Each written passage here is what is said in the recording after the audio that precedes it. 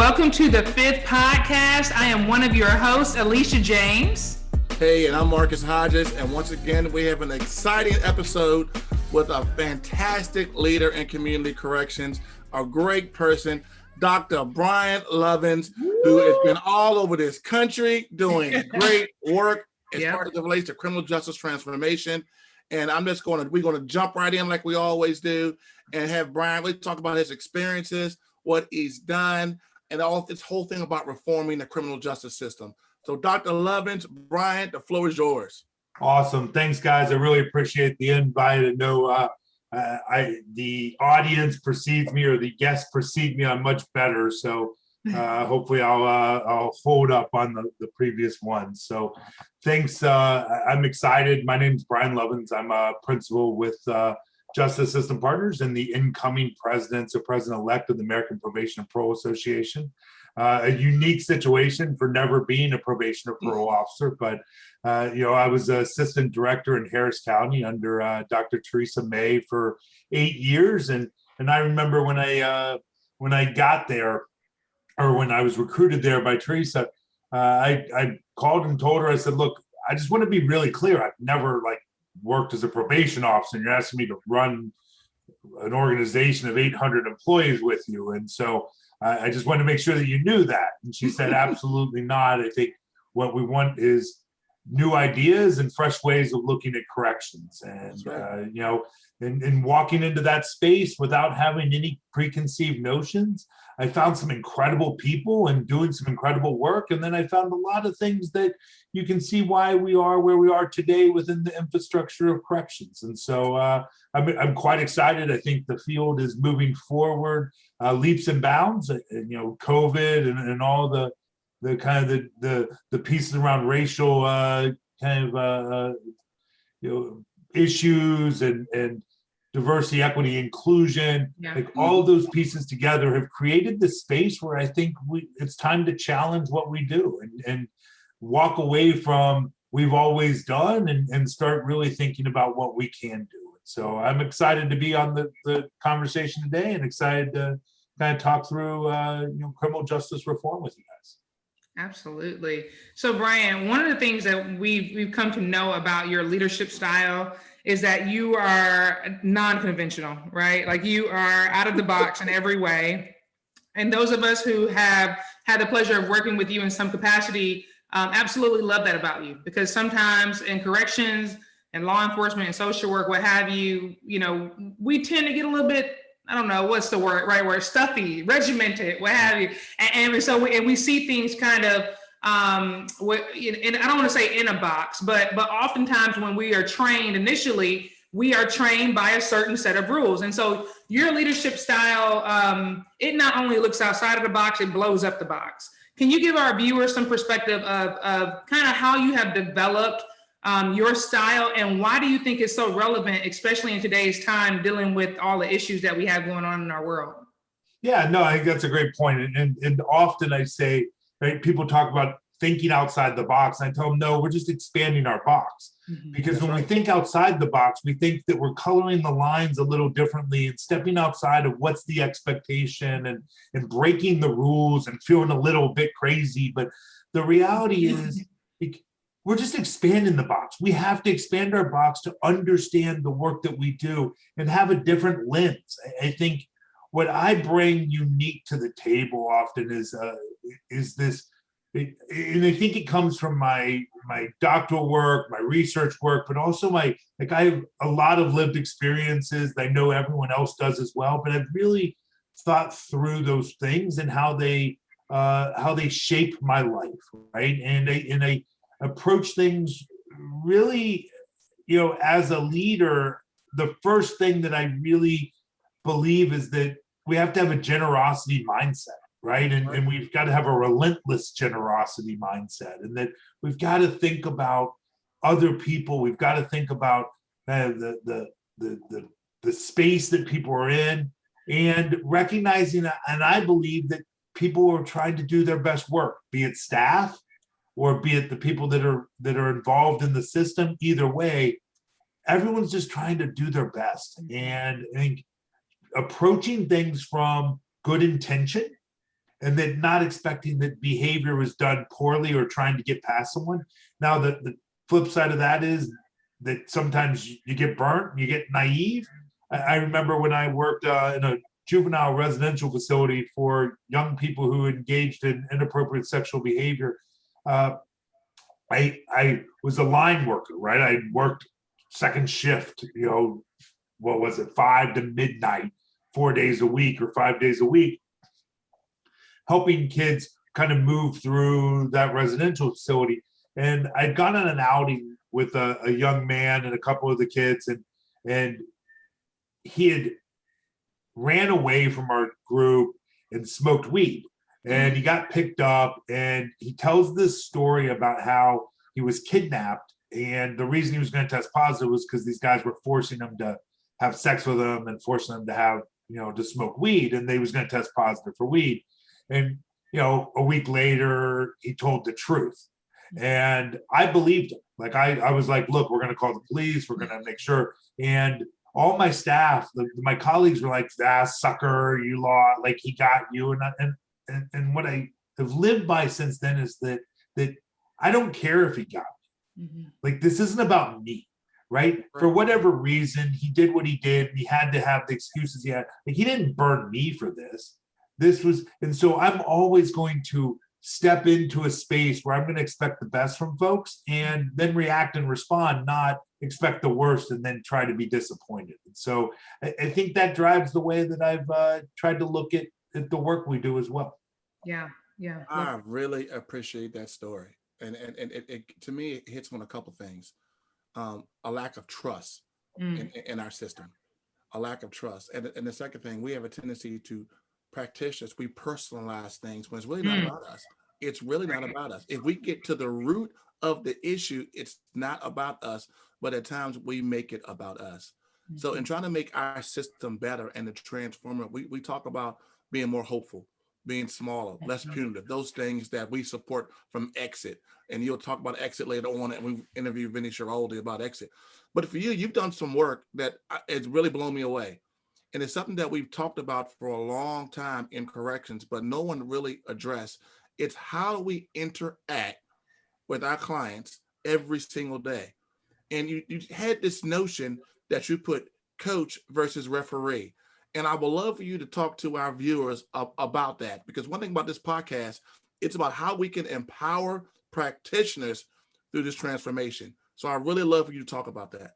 Yeah, I love that. And I think the you're right on. The power, the voice is in the people who do the work, not the administrators, right? And so too often we work in corrections in a top-down model where everything kind of creeps down from the top. And by the time it gets to the bottom, it's just a task. And we lose the context of it. And so what I started to think about, right? So in doing a lot of research around coming to the probation field, and and obviously I've always been around corrections. I've worked in corrections since I was 19 years old, but moving into an administrative role in a probation department, I really wanted to understand better. And so I started to read and to think about what it is we do day to day, right? And so this idea that, so I started looking at roles and different roles. And so there's been theories around since the mid 50s around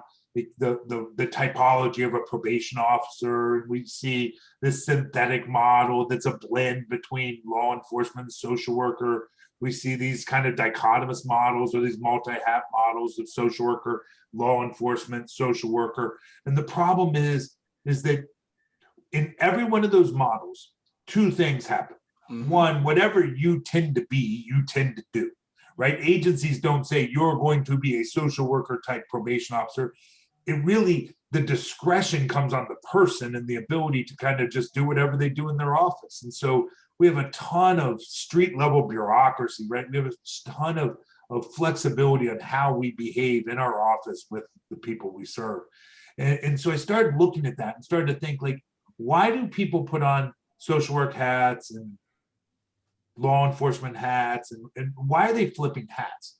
And we started talking about reinforcement. And what you continuously hear from the folks in our field is that there's no real place to reinforce clients. Like people feel uncomfortable, like telling people that, nice job of walking in, or even the worst off case of you've actually reduced your substance use. You just haven't gotten to recovery yet, and acknowledging and reinforcing that transition, that transformation forward, instead of punishing them because they're not at the end yet. And the resistance of staff to say good job to people that are on supervision. And I started to think about that, and I said, you know what?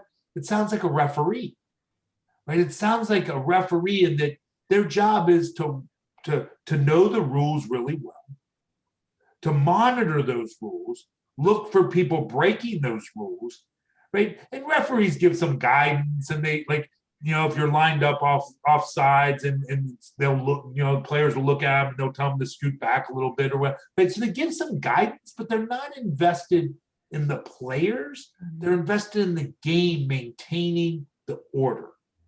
And when I think about true, like, traditional probation over the last 30 years, I really start to see, like, the people not the employees, right? Not the individuals, because I think we have tons of coaches. I think the organizations and the structure and the infrastructure of the system makes us referees. Here's some rules. Watch those rules. Watch the person, blow the whistle, write a report, give a punishment, kick them out. Now, coaching is different. Coaching, I'm invested in the person, right? Good coaches see themselves as a long-term investment, or people as a long-term investment, to not only win the game today or tomorrow, but good coaches see themselves as building quality character people over a lifetime. And I know that I run into kids that I coached 10 years ago with my oldest son, and they start telling me about the things that went on in their life. And I feel like, you know what, I had a part of that. I run into referees or umpires I know, and they didn't know my name. I don't know their name. They don't remember the game I played in. They don't remember the home run I hit, because they don't care about any of that stuff. Their job was to make sure that whatever the outcome wasn't influenced by someone cheating and someone breaking the rules. And I really think the more that we approach this concept of our job as people that work in the system is to help the people that are in there improve their lives, and that we're invested in them, and that we learn a skill set, we learn tricks and trades and tools within our organizations and within our work to help people actually get better and improve, then we become a better system. And I think the only way forward is coaches, because referees are never going to be invested in the people. They're always just going to be invested in the system. Wow. Yeah. Nice job. Yeah. All right. I'm telling you, I love it. And we've even referenced the theory, your theory of coaches versus referees in previous episodes. So, we appreciate that model. We appreciate kind of your insight and your perspective on that. In that same vein, we know that it is a national push now to really think about how we address individuals who are just as involved. And here working in Tennessee and being in the South, there have been some views that are different than, like, let's say California or New York or Michigan. And I think regardless of political stance, criminal justice reform has been a bipartisan, movement to move forward. When it comes to language, though, it seems as if some areas historically have even policy that addresses individuals and with terminology that sometimes I feel that can be limiting for individuals. It can be prophesizing, right, of where they can go and what they can be. And then for some people and some communities, it feels very, like a gut punch almost, because they've only been referred to in a derogatory sense, or they've had these struggles all of their lives, and now they become just as involved, and it continues from authority figures. So I wanted to get your take on, as we talk about shifting the model and really looking at coaches versus referees, we're in a very unique time where all of corrections, probation, parole, traditional corrections, reentry, everyone is looking at criminal justice reform and language and saying that language matters. How do you think practitioners really, like, what is your take around that, or take of that? And then how do you think practitioners can maybe open up their minds a little bit to understanding the importance of the labels that we place on individuals? No, I think that's a great question, an incredibly important one. As you notice, like I don't use the word offender anymore. I don't use the word sex offender. I say, like, I use first person language often now because I don't think our behavior doesn't define who we are, right? I don't use terms like racist anymore, right? There's racist behavior, but people aren't racist. People are people, right? And we have to start to dissect or disaggregate them from a behavior or a pattern of behavior, because then that gets people stuck. It gets us nowhere in arguments and conversations, and all we do is get this kind of dichotomous argument or this kind of pushed away, right? I have much more robust, engaging conversations with people in the same political spectrum as me, because we come from the same language. It's really hard these days to have a conversation with someone across the political aisle because we're too busy seeing the differences and pointing out, well, they're a Republican or they're a Democrat. I think the same thing's exactly true in the work that we do in corrections. We're too busy worried about addict, offender, violent offender, right? All of these terms just keep people locked into a behavior. Ex-inmate, right? Ex-prisoner, even prisoner, knowing by numbers. So in Harris County, for example, we changed it. When we started there, when Teresa and I started there, people were remembered by their SPIN. They had to repeat their system person number, their SPIN number, to get into the services, to check in at the front desk.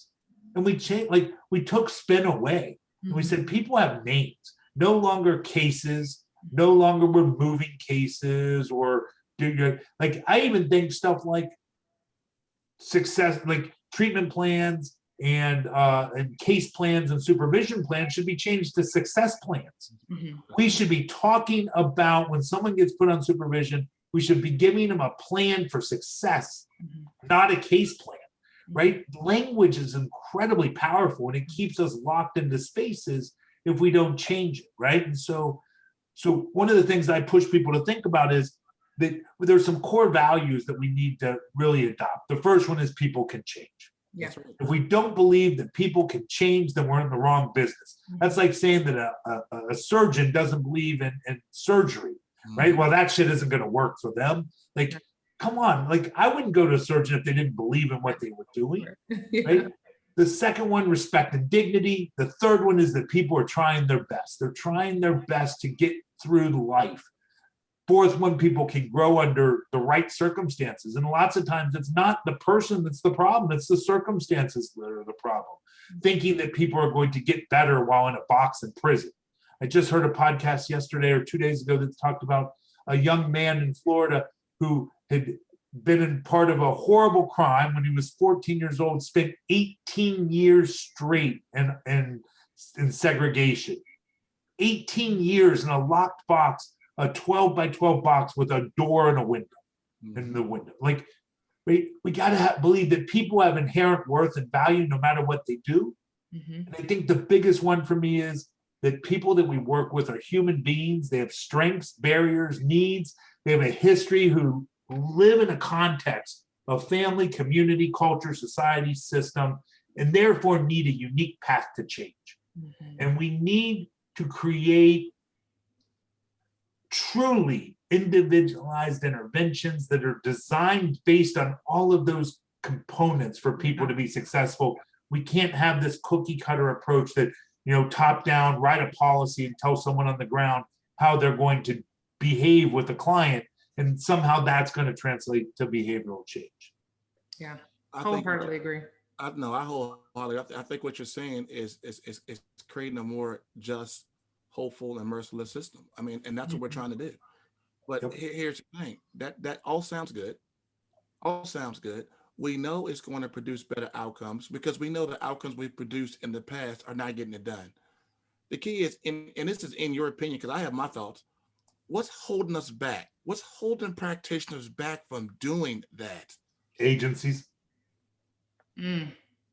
Elaborate. Infrastructure. Yes. Infrastructure within agencies and how they're designed. Yeah. We are a top-down system that creates fear and lack of innovation. We tell people what they're going to do, how often they're going to do it, under what circumstances they're going to do it, and the way they're going to do it.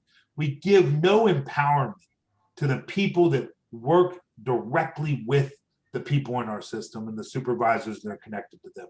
And so I believe that there are a lot more, like I've met a billion, not a billion, right? I'd love to meet a billion. Yeah. I've met a whole significant amount of people who are probation and pro officers through APPA, through my work in Harris. And I would say that lots of them believe in behavioral change. They believe that their job is to help people get better. But then they live in an environment, they work in an environment that is designed for referees. So we drop these evidence-based sprinkling like we drop this, like I referred to it the other day as an organ transplant, right? That if you take your heart and you give yourself a new heart, but your body's jacked up and you're not in a good space, your body's not gonna accept that heart, and that heart's not gonna help your body. And what we do is we drop these evidence-based practices in the middle of an organization that's not designed for behavioral change. And we hire staff with all these belief systems that people can change and all this passion, and then go look at what they're doing in 3 months. They hate their job. They're not in it because they're referees, because the system creates them to be referees. And now it's like, now they meet other people who used to have that desire, and it's like beat down parents. Like, they're like, oh, okay, I'm gonna check my box, right? Vinny, I know you guys had him on there. He talks about, lunch pail bureaucrats, right? Of people that work in the field that just phone it in. And it's like, that's because the system trains them to do that. Judges give people conditions without an assessment. Assessments don't mean anything. And so why spend the time in learning about someone when all that shit's regiment for you already, right? The policies say that you got to do this, this, and this, and don't give you any flexibility that the client best. And so I think we've got to look at our system, look, and I know I'm on a soapbox, but look at if right? Conditions are written to train staff to look for failure right off the bat. You're right. Even if we as people want to look for the best, right? It's a list of things you can't do. And my job is to track to see, did you do it? Did you not do it? Oh, didn't do it, didn't do it, didn't do it. It doesn't say by the end of supervision, let's get better. It says by day one, you must be better. And I'm supposed to watch you to make sure you are. And that's the problem. We hire people who are invested in people's changing, and we put them in an environment that doesn't allow them to do that. And they quickly either concede and comply, or they leave. Yeah, I think retention. Yeah, I think that was a whole lot right there. But I think retention of qualified, passionate staff, I mean, that is like the biggest challenge in the industry, right? Regardless of what seat you sit in. I agree that there needs to be more positive reinforcement. I also agree that some of those metrics and measurement that drive accountability, that has a little bit more, that allows for that structure, are important. So I feel that we should incorporate a whole heck of a lot more positives, but we should review the ones that are, I guess, like negative or punitive measurements, and see how we can either A, amend, or B, merge to have some type of combined solution. Because my fear is that if we go all or nothing, that we're going to lose a whole lot of folks in the middle, in the gap. And when I say folks, I mean organization head, how they have funding, how funding is received, et cetera, et cetera. I think the conversation goes beyond community corrections. And I know I'm preaching to the choir right here, but for our listeners, like the conversation of criminal justice reform go far beyond community corrections. It's almost like the police reform conversation. People are upset with the police that they see. And it's like, you're not even thinking about like when the whole criminal justice system, the hierarchy in the police systems. And so I just think that there's so much more there, but you're right. We have to challenge and we have to charge these organization leaders to think differently about how to measure success. What does incentivizing success look like? What are incremental incentives, right? Like the end goal is to remain violation free. to never have any technical violations, right? To reduce recidivism. But the how to oftentimes is like, everybody's kind of like, I don't know. And so it's just, I think that whole conversation is really interesting. So to that point, you're going to become the APPA, American Probation and Parole Association president. Yay, this summer. And Tim Hardy is the current president, doing a wonderful job. Tim is hanging up his hat. He's like, I had enough of you guys. His term is ending. And so what can we expect in your presidency over the next 2 years? Kind of, I mean, even if you want to start off in this same vein, like how the support of agencies and agency heads to see things differently, open conversations, panels, like what are your thoughts? We want to preview, we want an insider's look of what the Lovins administration is going to look like. I love No, it. I think that's it's going to look diverse. The Lovins administration, that sounds kind of catchy, right? I don't know. You Yeah, are I'm not hashtag sure it about out today. I'm not sure I'm ready for the national spotlight on that one. I think it's going to look diverse, and it's going to look different, right? Like, and not to say that the past, right? Because I think what happens is we always think change means the past was bad, Right. and what I believe is I don't even use the word change anymore. I use the word evolve, right? My friend Charles Robinson a couple of years ago at APPA talked about buying a flip phone and then it works, yet we want to evolve to a next phone. We want something better, even though Motorola flip phone, the Razor worked perfectly fine. And I really think that resonated with me. It resonated that change, we're adaptable people, right? Like human beings are adaptable. We adapt to all sorts of things in our life, yet in our work, it's almost like we need this like status quo, like, and everyone gets change fatigue and all that. But the reality is, because I think it's the way that our system, the way our infrastructure is designed, not our people. We don't let them innovate and get excited, and so then we wear them down. So I'm ready for APPA to evolve. I'm ready for APPA to help the community evolve. Again, not challenging or looking backwards to say they didn't do this. I couldn't be here with the organization if they weren't there the day before. And so I recognize that, but I also believe that we have an incredible moment within the tent, right? And I think that's the difference. Too often we try to change things outside the tent, and that we're not really part of it. We don't speak the language and we don't know the intricacies. And so people that are outside the tent often make these really broad stroke things that then repulse people inside the tent, because it's like, well, we know that's not true, but it's this like one case scenario thing. Like one person got revoked on one violation of one condition one time. And it's like, we know in our field that doesn't really happen. I mean, it happens in a rare event, but that's not the general agreement. So what I envision with the APPA is this. One is to make it a 12-month experience, right? Too often and too long, we were conference to conference, and they did a great job of conferences. I'm not saying they didn't. I'm not saying that they haven't improved over the course of the last 5 years, because they absolutely have. But we are going to push the bounds. We're going to expand the box to include significantly more content and engagement through a 12-month process. We're going to start having more conversations and engaging people in dialogue. I think people get smarter, not from hearing people talk, but from people talking, right? People sharing ideas.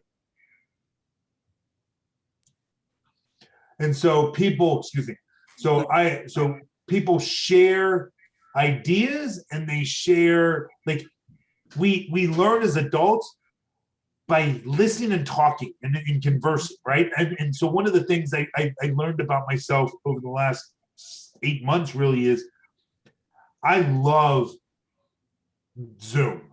I'm a rare bird. I get that. I'm a presenter. I'm a presenter, natural presenter. I go into sites. I talk to 5,000 people. I don't get nervous. I stand in front of anyone and will say anything. And like, I love Zoom because it allows people to share their immediate thinking about what's being said. And when you think of what you see in an event hall with 5,000 people in it, I think everyone's quiet. Everyone sits there and just looks at you and laughs when they're supposed to, and maybe takes notes, and maybe whispers to their buddy, but no one's talking, right? You ask people a question, and it's like they look at their shoes. But on Zoom, people chat, Mm-hmm. people draw things on the screen, people engage in different ways, and I love the concept. And so I think what I plan to do is really think about, how do we bring APPA to you, right? How do we bring it back to the field? We've been too long, and again, not judging, but we've been too long about ourselves and about trying to fix our inside stuff. And when we focus on our inside stuff, we forget our passion and our purpose. Our purpose is for helping the field improve its work. And so I think really leaning in and helping the field figure out how to carve out this next 5 years, how to create a space that we can do great work and be able to articulate the awesome work that's happening. Because I think too often we also get caught up in there are some bad cases. Mm-hmm. And the reality is we need to tell the stories of the people that are doing great jobs as well, because let's be honest, without probation and parole, and I know we've gotten a bad rap in the last 5 years, but without probation and parole, there's going to be a lot more people in prison. Mm-hmm. And none of us want that. And so we just have to get better at what we do, understand it, and really lean in and accept that our jobs are around behavioral change and helping people find their purpose and success in life. Yeah. I'm gonna tell you what, I really appreciate that vision. Mm-hmm. Bringing APPA to you. I love APPA and I love the conferences. The thing I'm always worried about, you do those twice a year, people go, they get fired up, and they get back to reality, and the fire burns. And then you wait to go back, you build back up, and then the fire burns. And we all know in this whole transformation process, it's this roller coaster, and it doesn't move the needle.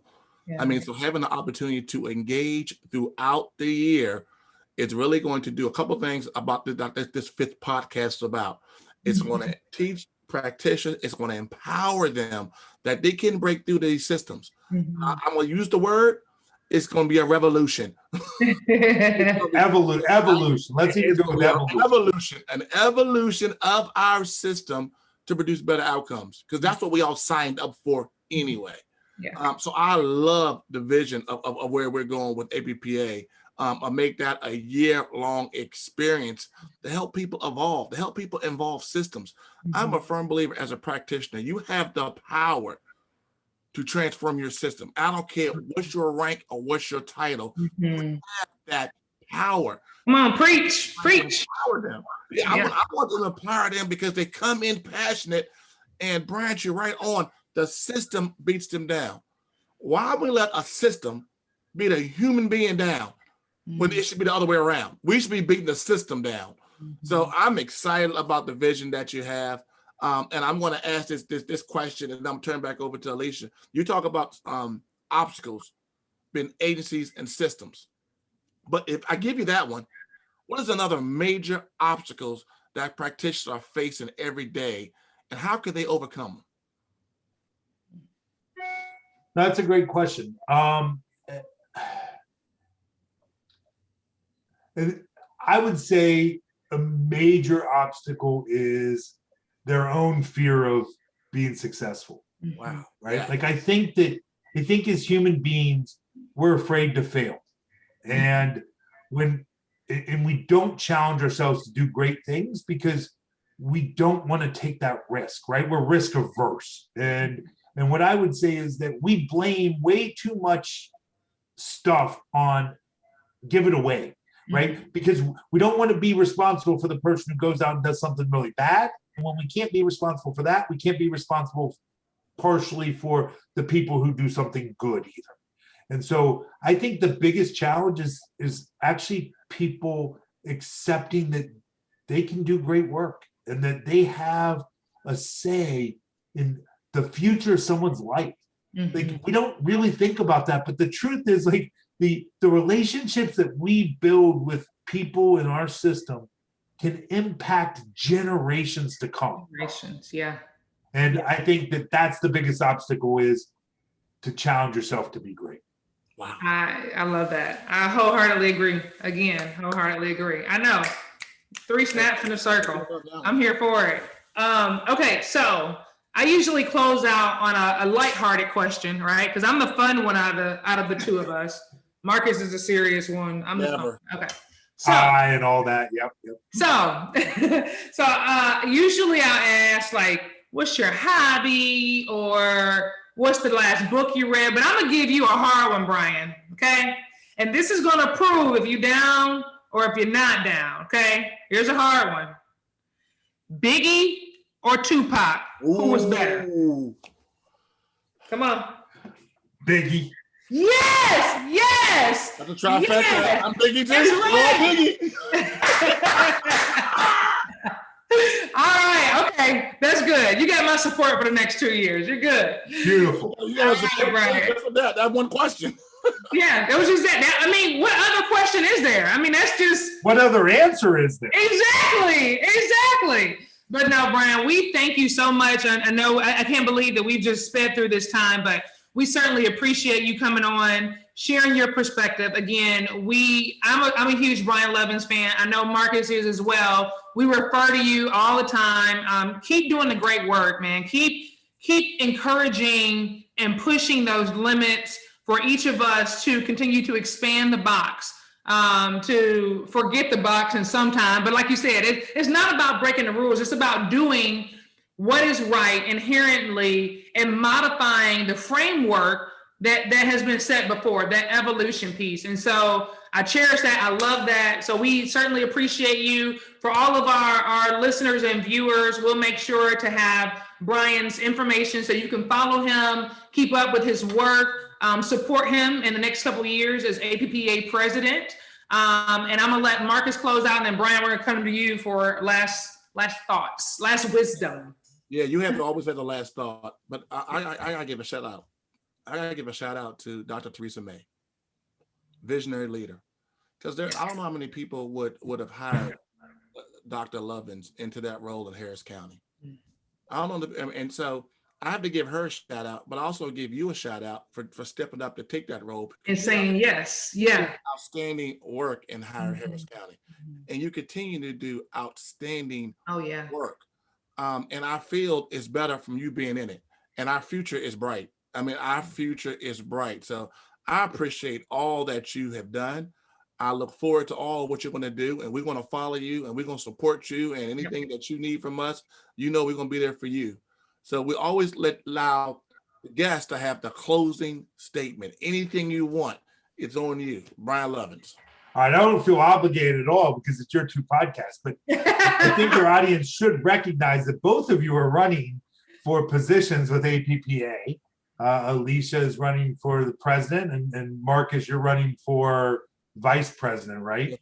Yes, sir. Yes. So I'm quite excited. I think I won't throw complete support behind either of you, but I am on your podcast, so please be aware of that audience. I like the neutrality. I'm there. That's right. Because I do have colleagues that are with the other, like against, right, or running with, or however we say it. But I appreciate both of you and the work that you guys have done and pushing the field forward.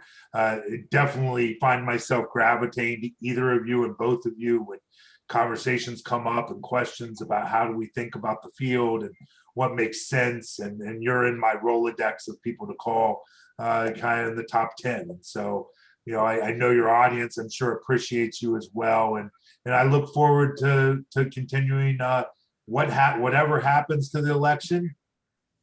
Right? For those that are watching this video. We still got so much work to do.